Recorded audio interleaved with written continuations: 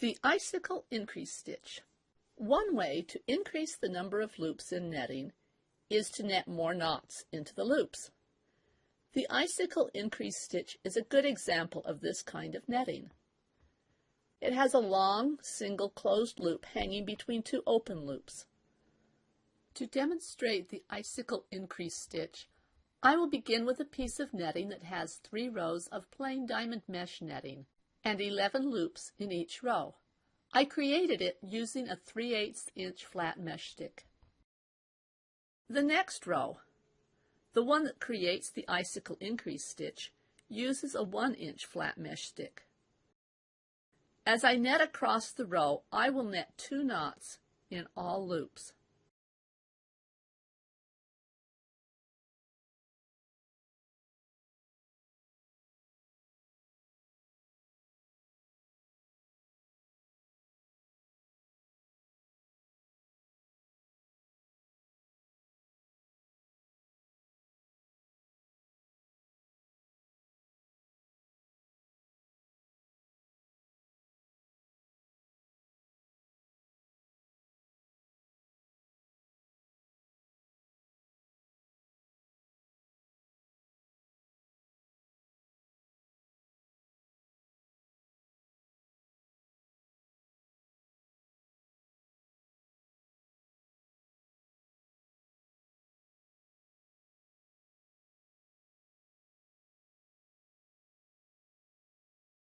If you look carefully, you can see the 2 knots in the loop.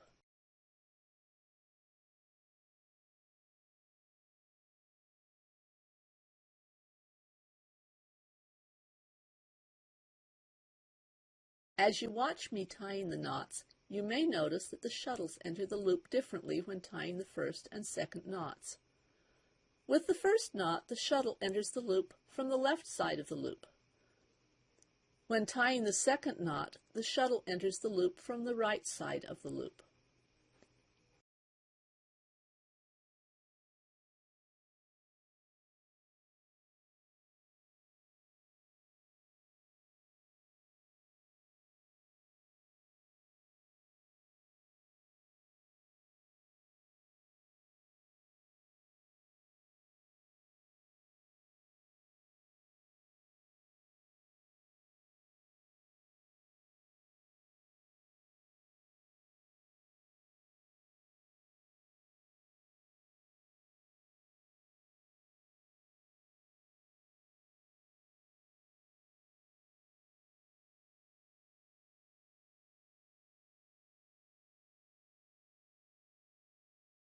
Once you reach the end of the row, you have finished the icicle increase stitch.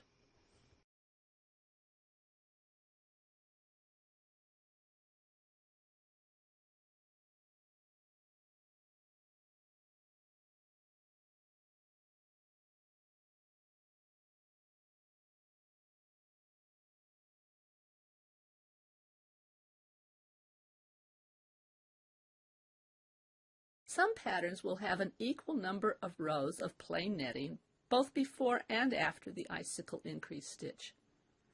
Some patterns, like the quick snood, or the large rectangular bag made with increases and decreases, will have only 1 or 2 icicle increase stitches in a row. They use the icicle increase stitch to shape the project into a circle or triangle. Some patterns will have one kind of stitch pattern before the increased stitch and another after the increased stitch. The small rectangular bag made with increases and decreases changes mesh stick sizes after the increase row. This stitch is frequently used in netting, but I have never seen a name attached to the stitch. The stitch reminded me of those long, skinny icicles that hang all by themselves.